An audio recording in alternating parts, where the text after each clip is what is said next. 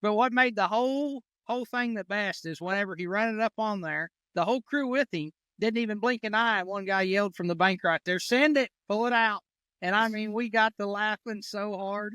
And I said, I've never seen anybody I thought he'd wrecked the boat sideways before he ever put on the trailer, and he did the best, probably 27 beers deep that I've ever seen. Yeah. You can take it to the bank. Hold the line. Hey, you know we on the way. All the time. Yeah, we do this every day. All right, ladies and gentlemen, boys and girls, sports fans, children of all ages, we are back here on Take It to the Bank podcast. We have got the man, the myth, the legend, Mr. Jeremy Lawyer.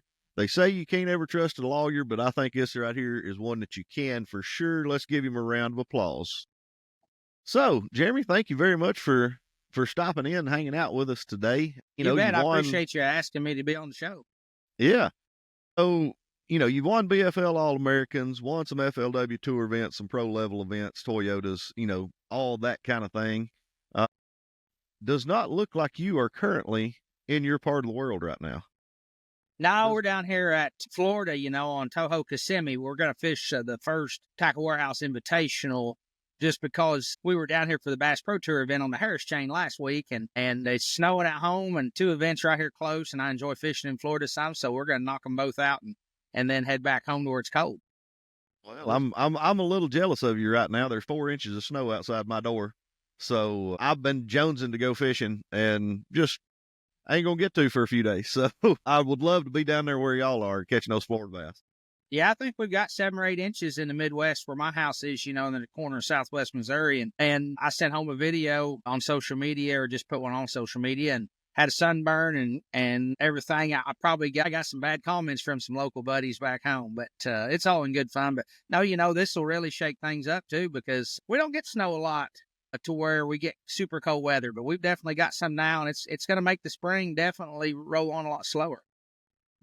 I would think so too. So you mentioned, there where you're at in the Midwest, you're an expert on the Ozarks region, or at least one of our experts on the Ozarks region. And when we're talking about the Ozarks region, to me, that is Missouri, Arkansas, and Oklahoma. Is that kind of what you call the Ozarks too? All that, eastern Oklahoma, Missouri, and Arkansas. So I know there's a lot of diversity when we're talking about Ozarks lakes.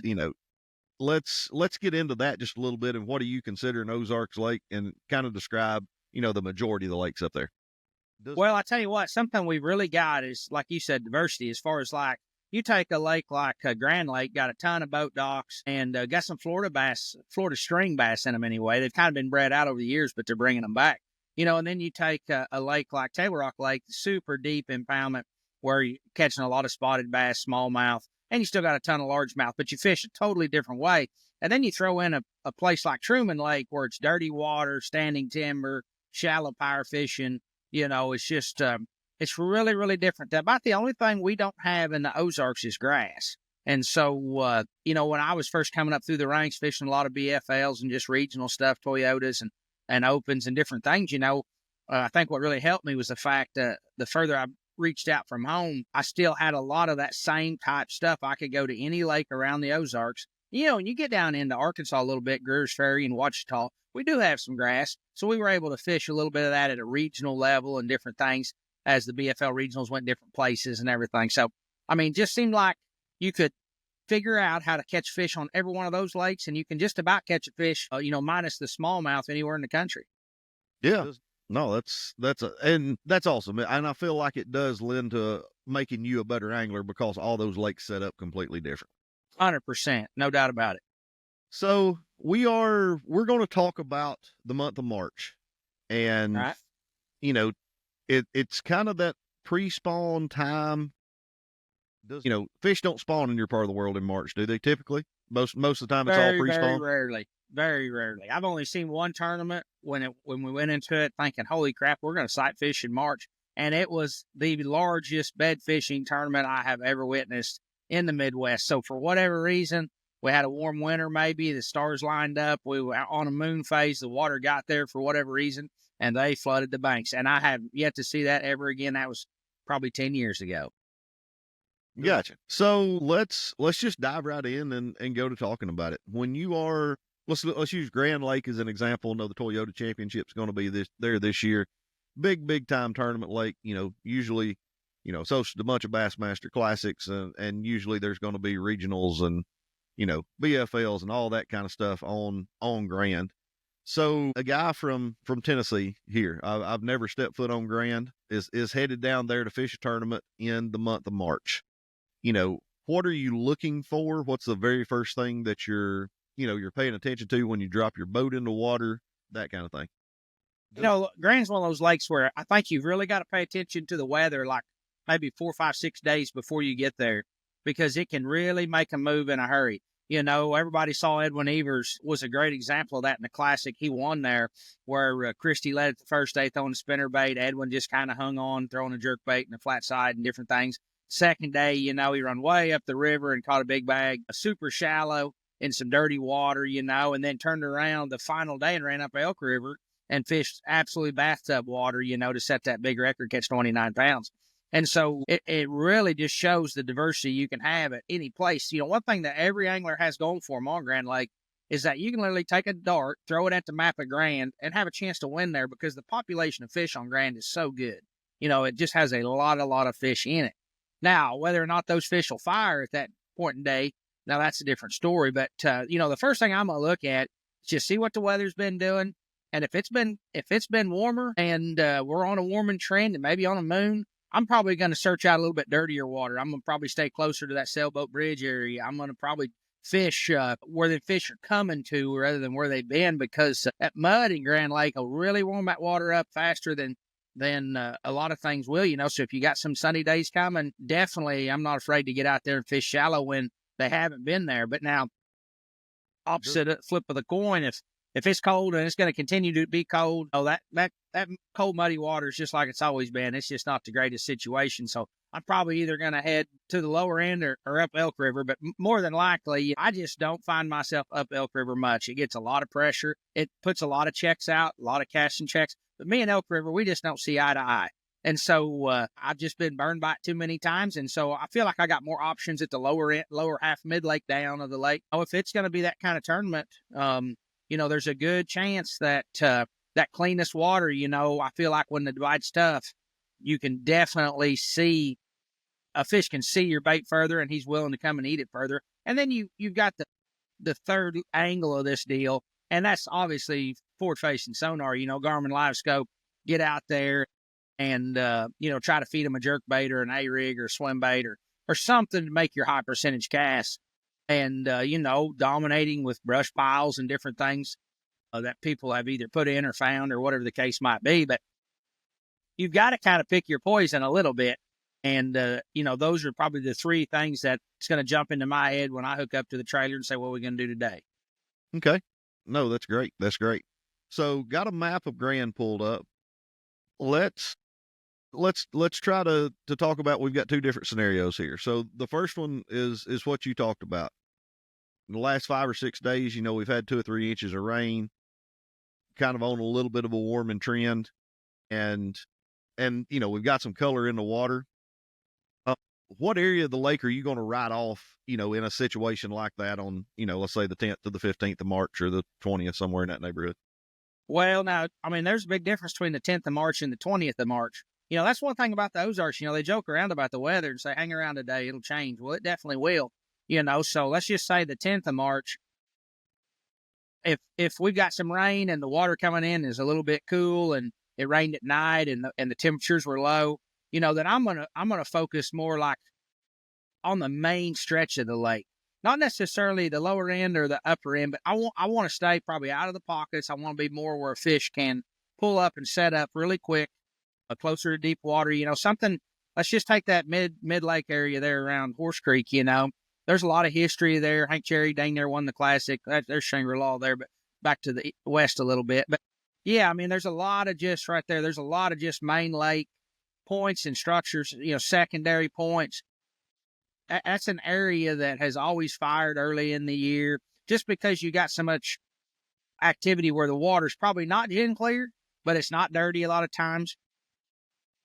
There again, the lake has such a population. If you like gin clear water, you can go side of the dam and catch them the same way. But if you take and make that the 20th of March and we get a rain and maybe it's warm that night and we get a warm rain that night, even just like right here in this same area, I'm probably going to shove myself back into the pockets, all the way to the back, the last nooks. Real similar to how I won the tour event there, if you followed any of that along. Those fish, it rained 2 days before that, and they definitely sucked their way back off of the main into the backs of the creeks, backs of the pockets, the flatter stuff, little flat gravel nooks on the sides of pockets. And I'm probably going to leave the main part of the lake alone and the main points. I'm going to start on the secondary and go to the back. So, 10 days is a long time in the Ozarks to say you're either going to stay out or go in, but there's a lot can change in that 10 day. So really pay attention to your conditions, just like you'd said right there. If you're catching a warm rain, it's warming up. We're getting towards the end of March. Those fish are getting a little bit farther along in their post-spawn travels, that kind of thing. You're going back there to the very backs. But if it's cold, earlier March, you're trying to stay, main lake and that kind of thing. Yeah. So let's just pick 100%. us a good starting spot here. Where, give me a point, a pocket, an area that you'd really like to start on. Well, just take this for instance.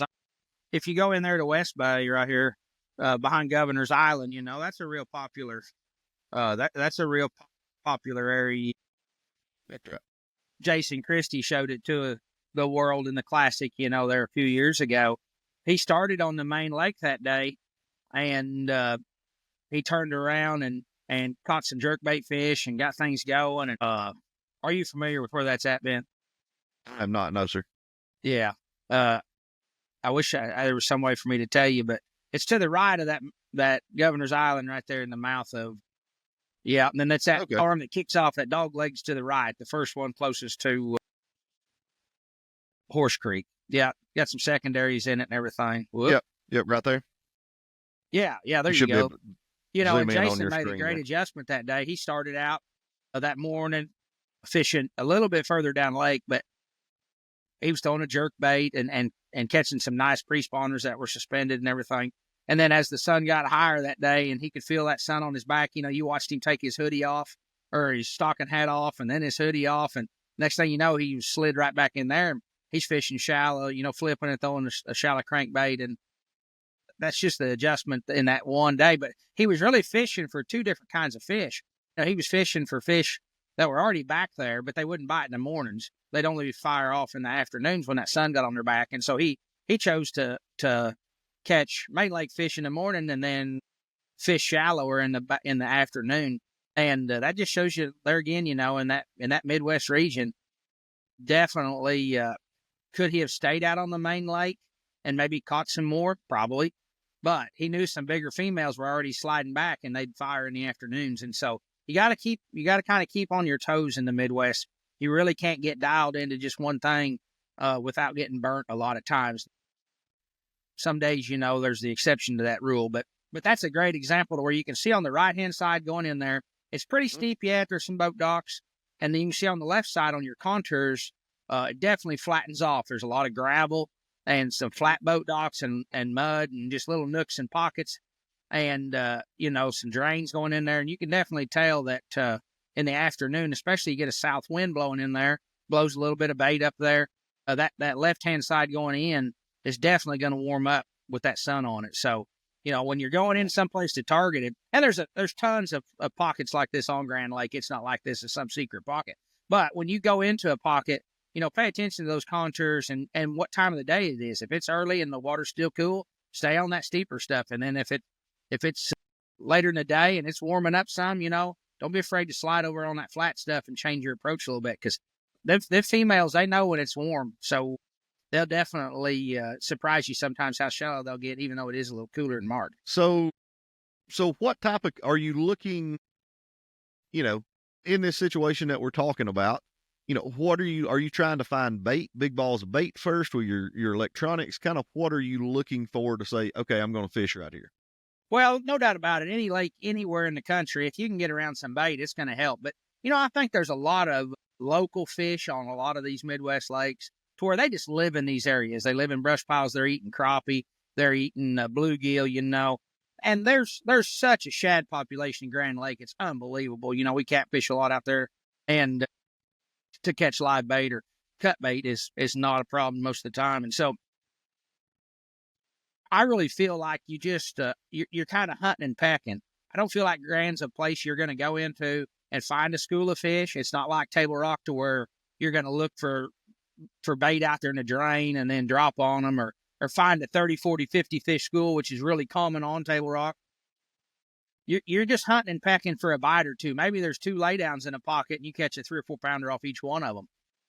That would be really good. Maybe there's just 10 laydowns, in an area, or just a couple of little drains, and you fish through them and just catch 1 5 pounder. You're just hunting and pecking. I feel like that's the best way to describe like Grand Lake. It's not a place that very often you just roll into an area when it's still early in the year and just make hay off of a school of fish. Now, obviously, when they start to spawn, or when there's a major push of fish come up, you might roll through a pocket and catch 15 pounds in just the blink of an eye.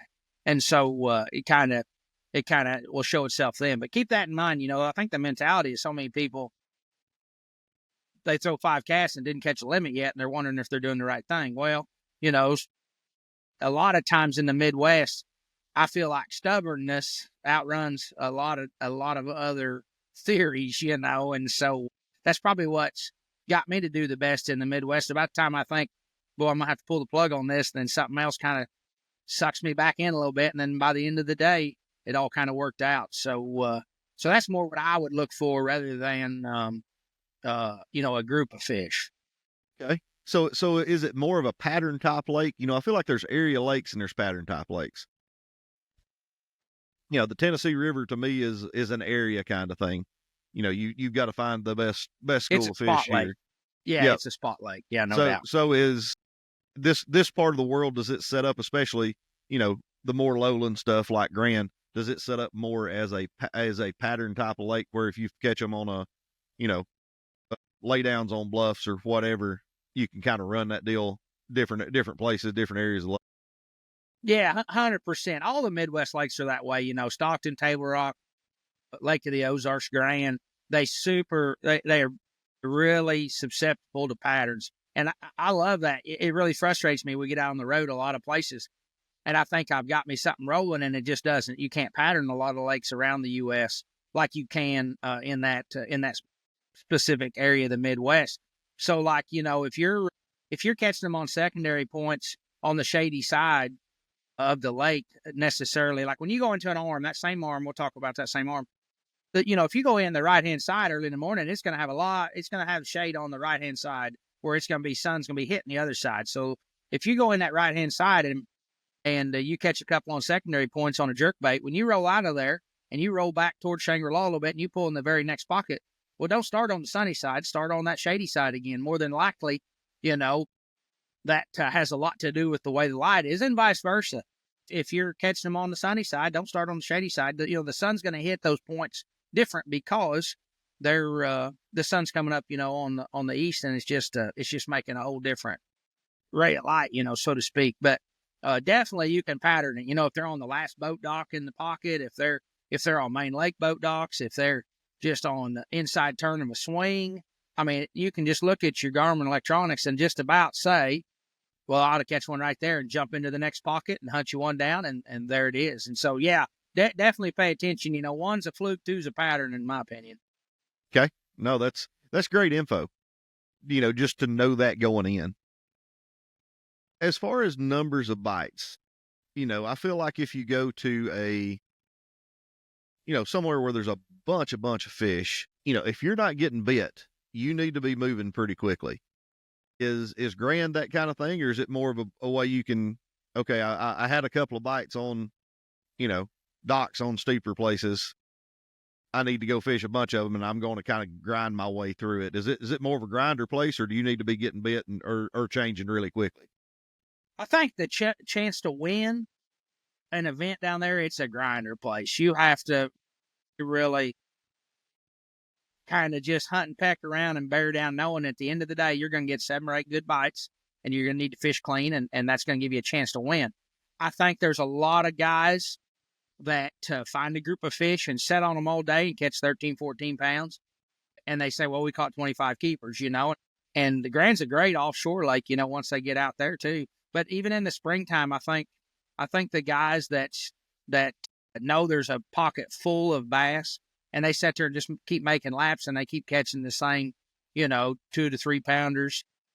I think a lot of times the better fish might not be a part of that party. If we make a lap around and we catch 1 5-pounder in some little pocket or maybe a stretch of boat docks, we're going to jump on another stretch and hope we get one more good bite again. And we're probably going to come back to that stretch later on and hope another better one pulls up. All the tournaments that we've done well in the past, I team fished down there with Chris Macy, and we won a boat here a couple of years ago down there, one of those nickels, and we had 20, 25 pounds or 20, whatever it was. And we only caught 6 keepers that day.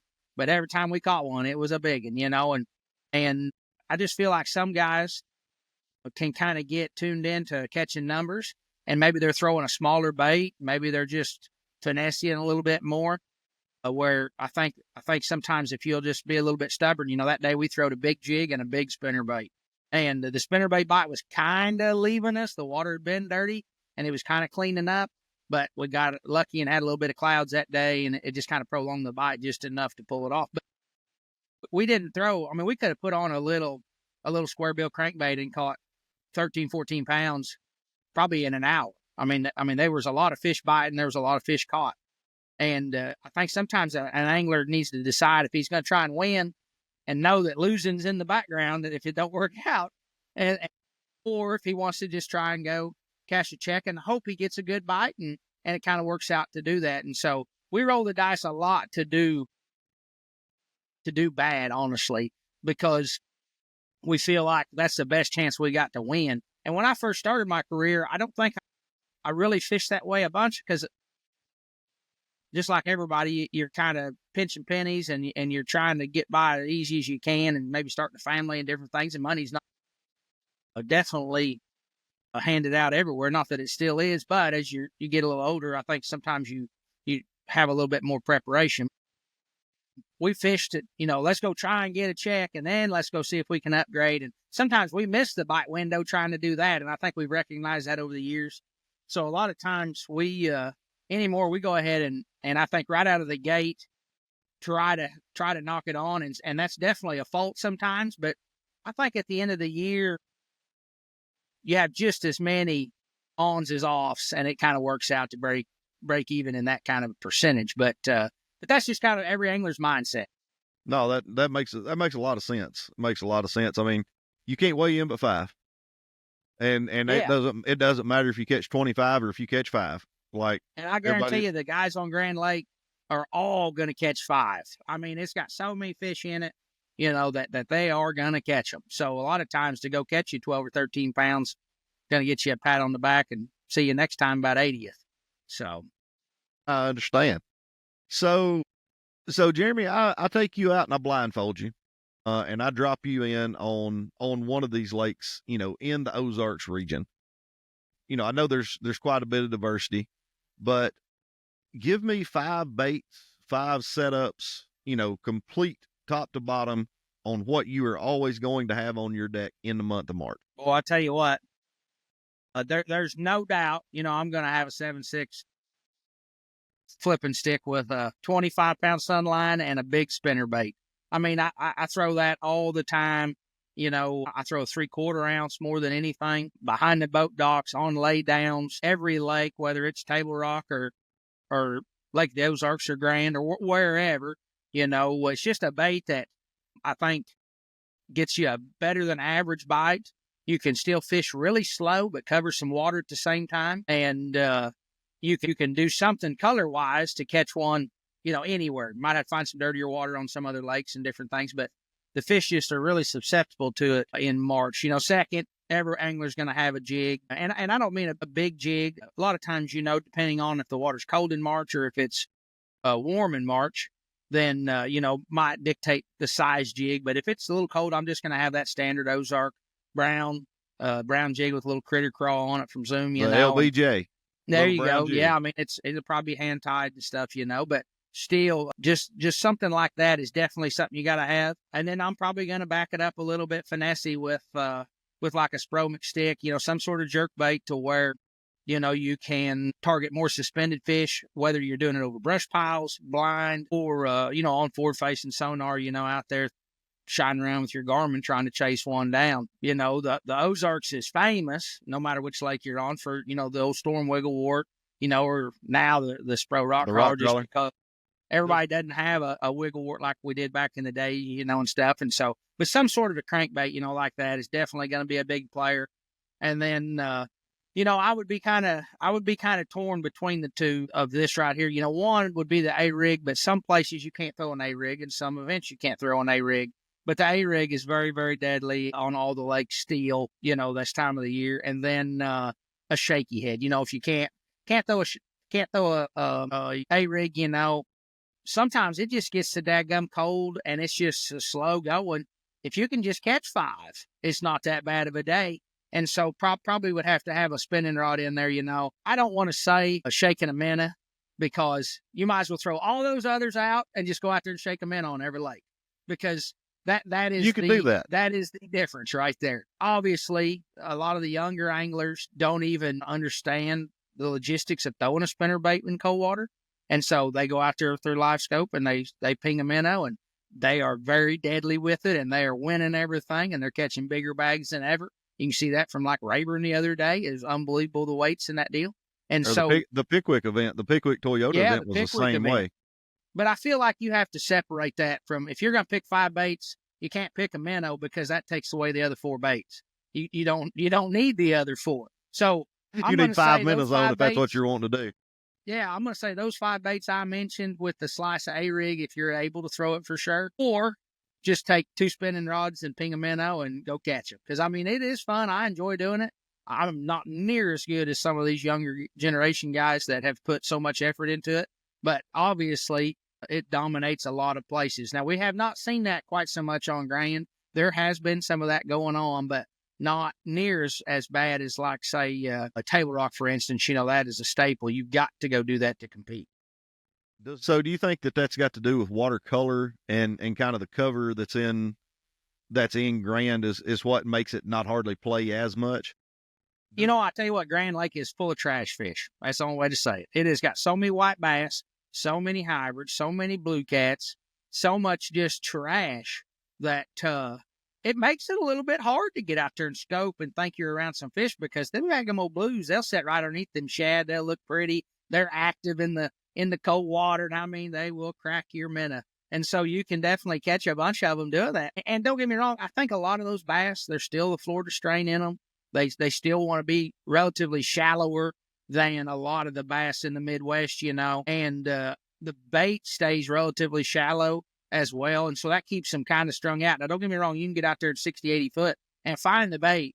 But every time I do it, all I find is white bass and blue cats and everything else out there under them. And then the occasional great big largemouth. But then it just kind of burns you, because you catch that one that chases you down a rabbit hole, and then next thing you know, it's 5 o'clock in the evening, and you're going home wondering why you caught one bass. Oh, that's, forward-facing sonar is such a controversial topic, and I can completely understand both sides of it. Like, to me, it's the best tool that we've ever had for learning fish behavior and catching fish. Like, it has proved so many things that we thought for 100 years was dead wrong. Like, it was just a guess. 100%. And forward-facing sonar has changed that and taught us what these fish really do. But it's changed the game so much that, I can completely understand why a lot of guys don't like it as well. And, just like you said, if you're going to go out there and commit to it, you need a jerk bait, you need an A-rig, and you need 5 minnows on. Three minnows, and that's pretty much all you need. So I get, kind of get both sides of that. As far as navigating, in something else I always try to ask people when I'm going to a lake I've never been to is, how is it to navigate? Can you run pretty much everywhere? Is it really, really treacherous? And, it sounds like Stockton, some of those lakes, I know some of the Oklahoma lakes have some standing timber. Table Rock and Lake of the Ozarks probably not too bad, because just they're so deep and so narrow. not a big issue there. But tell me about navigating your boat, your boat around and running around spots. For the most part on Grand Lake, you can just let it eat, unless you hit a bridge pillar or a buoy, then, there's definitely some rock islands out there in the lake. They're marked pretty decent. It's all on your electronics. I've got my Garmin mapping turned to colors to where I know if it's red, stay away from it. It's obviously going to be shallow. The only place that's really kind of a gamble is some guys still want to run up the Neosho Spring River area from there to the mouth of the Elk. And if you don't know where you're going through that Sycamore Flats and up through there is a ton of logs, a ton of mud, and it's kind of a gamble. But, I really never run that way anymore. There's so many bass that have been caught up there by white bass fishermen and just recreational fishermen, and I think a lot of those fishermen eat them. And it just doesn't have the population of fish, bass-wise, that it used to. And I think the minute that you turn and go that way, you're very limited. There's only a few places that aren't really even silted in to where you can actually go catch a bag of fish where they used to be back in the 90s and 80s for sure. It was a lot of the old timers and a lot of the guys, you ask them, hey, you run up there and fish them old logs anymore? I've got a really good friend down there, Jerry Weisinger, and I think he had some logs named and different things. The 3-pound log, old Bessie log. I mean, they had all kinds of stuff. And he said, boy, some of them logs are gone and some of them's washed out and some of them's just silted over. And then some depressions are that way, and there's probably some local guy that still has a bunch of that knowledge that might be able to do it. But just seems like the minute that you turn and go up that river, you just take yourself out of the game with options. And if you're down lake or up the Elk River or even just sailboat area, anywhere right there, if you need to make an adjustment, fish a little deeper or fish shallower, you can. Once you get up that river, you're just kind of hemmed up, I feel like. So I don't pay that much attention, but it's really about the only river you have any trouble running, So there's no timber in Grand Lake or anything like that. Gotcha. I know, I think the big thing about the month of March is conditions. It can be sunny for 10 days and, have a little bit of rain that's warm and you got 70-degree water and everything's, fish are really biting, or you can get a cold rain and some snow and, it's super cold. It's north wind and fishing's really bad, but kind of in this part of the world, what kind of a bag do you need to get paid and what usually, on average, and then what kind of a bag does it take to win? Well, like this time of the year, we've got a Nichols coming up, I think the 9th of March, down there. And it's probably going to take somewhere around 15 pounds to get paid.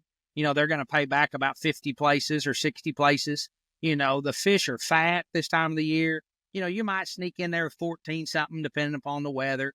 And it's probably going to take a mid-20s bag to win, There's going to be a lot of fish caught on a jerk bait and an A-rig if it stays cold. And then if it gets warmer, it'll probably open the door for a lot more anglers to have better bags, from that 17 up, fishing more traditional stuff, as far as just spinnerbait, jigs, shallow crankbait, that kind of deal.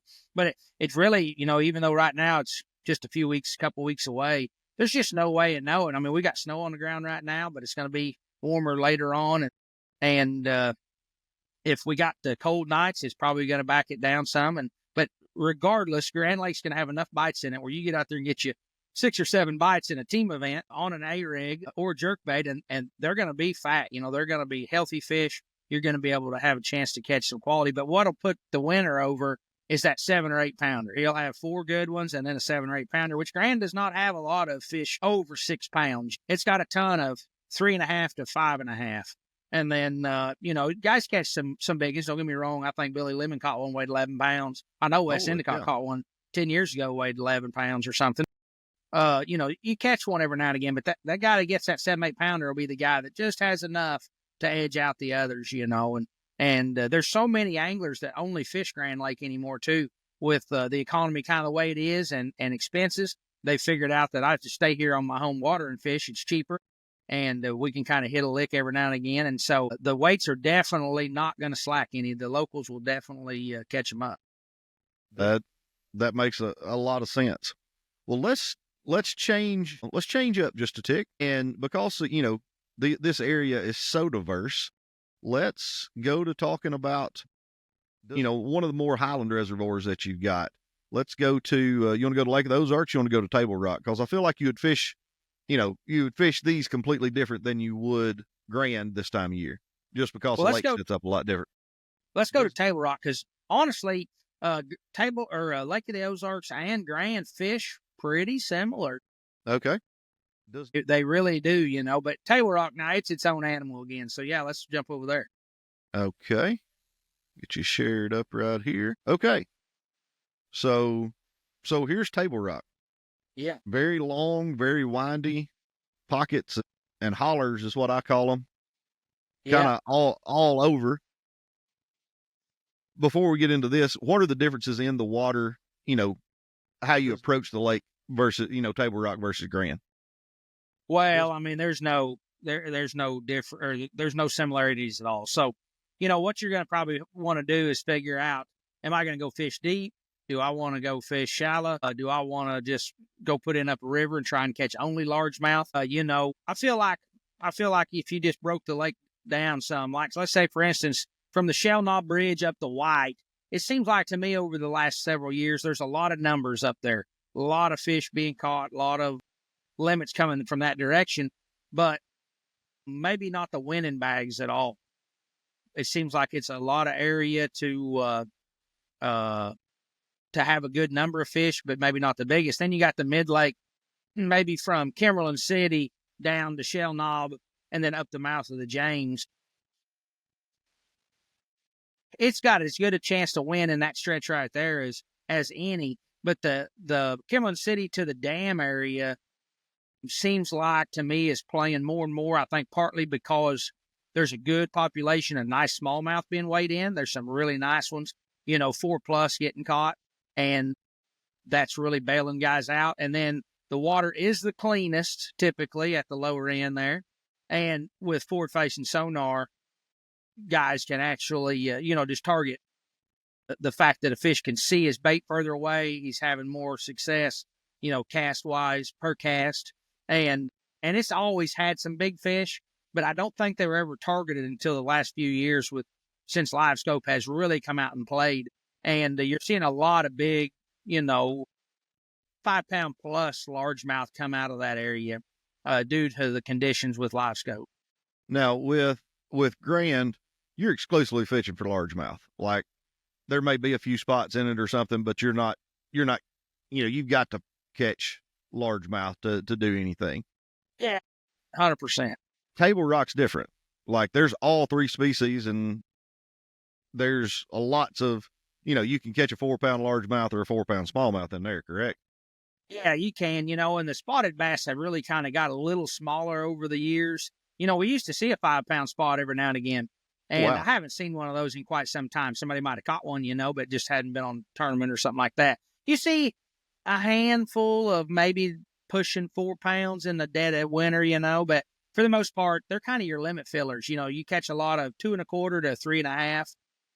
Nice fish, not nice spots for a lot of places, and they're different than like Lanier spots. They're a true spotted bass instead of a river spot. So man, they are super fat. The ones at Lanier are really long. Ours are Right. not very long. They're just short and fat and look like hubcaps, and then like you said, the largemouth definitely play on all the lakes in the Midwest, but down here at Table Rock, you've got the smallmouth to fall back on.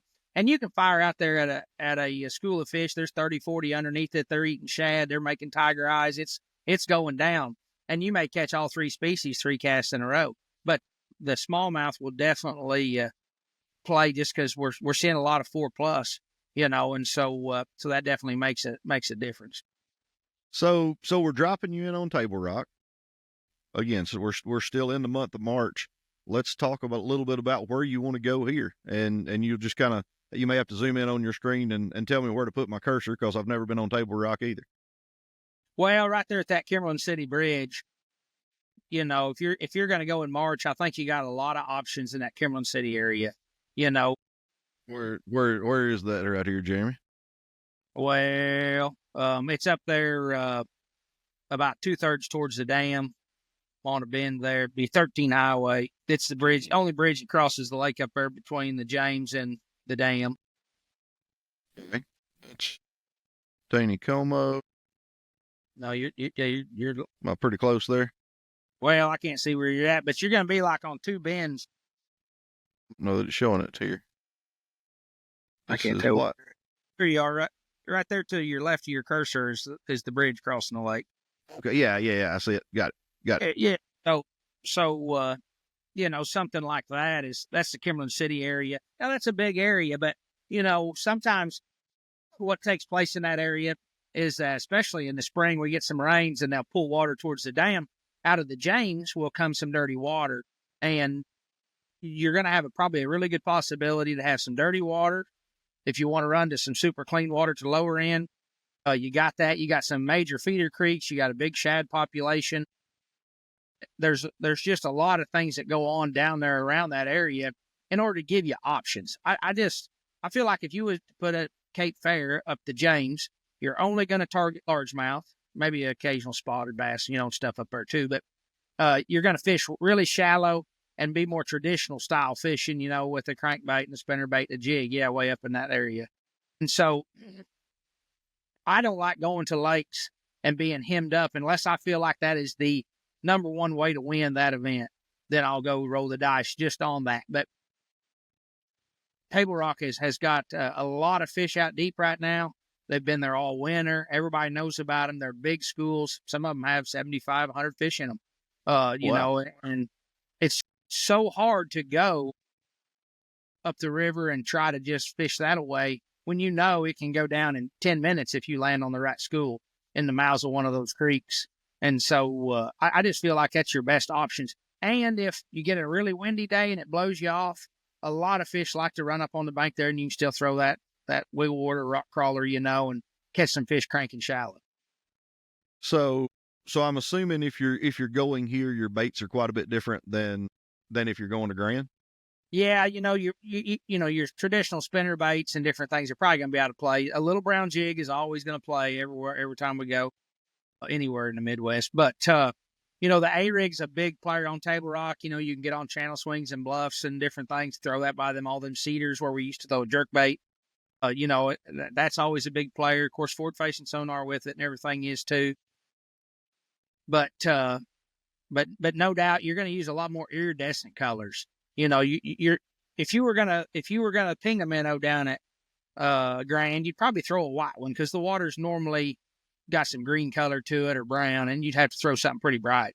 Where on Table Rock, you're probably going to throw more of a smoke or a sexy shad or something that's really, even if you're just going to throw like a little zoom boot tail grub on a lead head, it would still be like a pro blue or something. It would be really iridescent. And no different than the jerk bait. You're going to throw more of a pro blue or a clear shad or something, maybe even clown to go to the extreme on Table Rock. But then at Grand, you're going to throw more of the chrome and blues, the black and chromes, the bone whites, just because of the fact that the water's so much cleaner. What's going to be your determining factor? Like, what's the most important thing that you're looking for? Is it water color?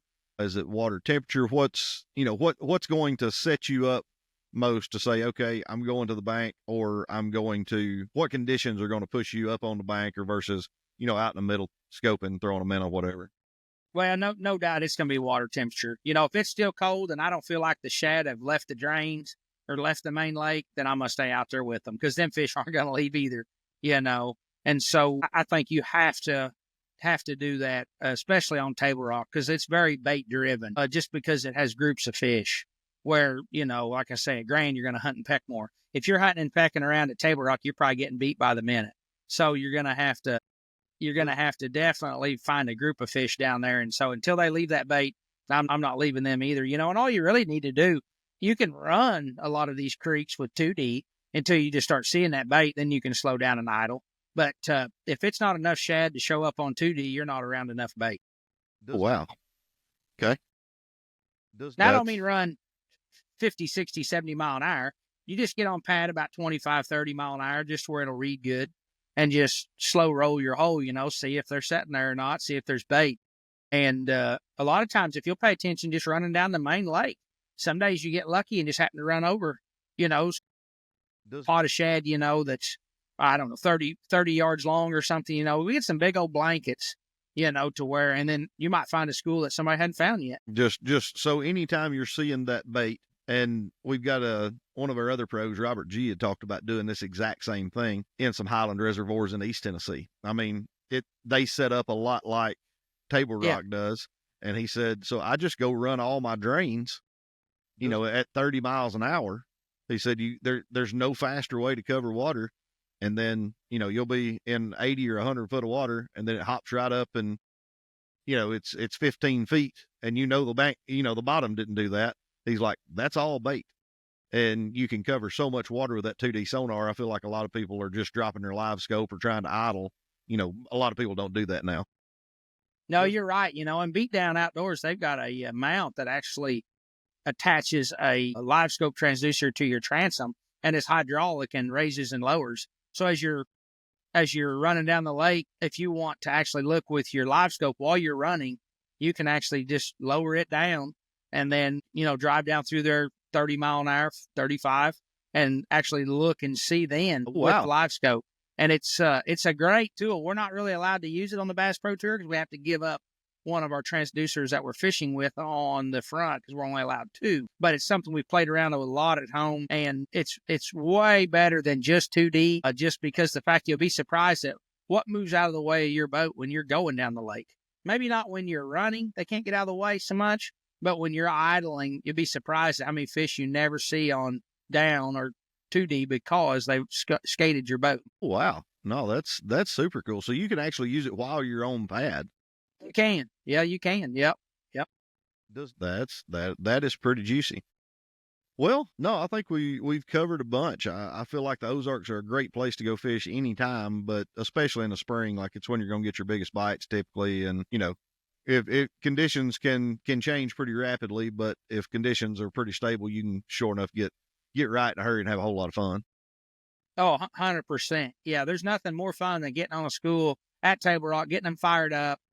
And, you'll be amazed. You'll catch 12 inchers and you'll catch 7-8 pounder every now and again, but you'll catch a lot of quality fish. You can catch a 12-pound bag and 6 drops, or it may be a 22-pound bag. It's really something the way those fish get out there. It's opened my eyes to what kind of quality has always been out there in the lake. We've just never targeted. So one of my favorite things about Jeremy Lawyer is Jeremy Lawyer's storytelling. He is legendary in fishing circles about his storytelling. So we got just a few more minutes here. I want to hear the craziest thing you've ever seen on the water. One of the funniest, craziest, oh my gosh, I can't believe that just happened, things that you've ever seen or been a part of on the water. Well, I don't know. You see some things. We were on the St. Lawrence River a few years ago, and a guy was going to load his boat up, and he was kind of in the way. It was a big boat, and we saw him go to his truck and this and that, and he was pretty well tooted. I'm like, well, I believe that old boy's been drinking today. So I'm sitting out there waiting, and my travel partner was, and this and that. And this guy goes out there, and his partner stood on the bank there going to tie his boat down or whatever, and I don't know what he was doing, but he ran up there to the trailer in a 30-foot, some sort of a scarab-looking boat, and put it on as fast as I have ever seen anybody do it. I thought he was going to jump it over and go into the truck and everything, and he didn't. But what made the whole thing the best is whenever he ran it up on there, the whole crew with him didn't even blink an eye. One guy yelled from the bank right there, "Send it, pull it out." And I mean, we got to laughing so hard. And I said, I've never seen anybody I thought he'd wrecked the boat sideways before he ever put on the trailer, and he did the best, probably 27 beers deep that I've ever seen. That is great. That is great. Well, Jeremy, I really appreciate you taking your time out to talk to us today. I know you got meetings today and get some tackle done down there in Florida, but we will catch back up with you in some later months and talk some more about Ozarks fishing. But guys, I feel like you can take this right here to the bank. Yeah, you can take it to the bank.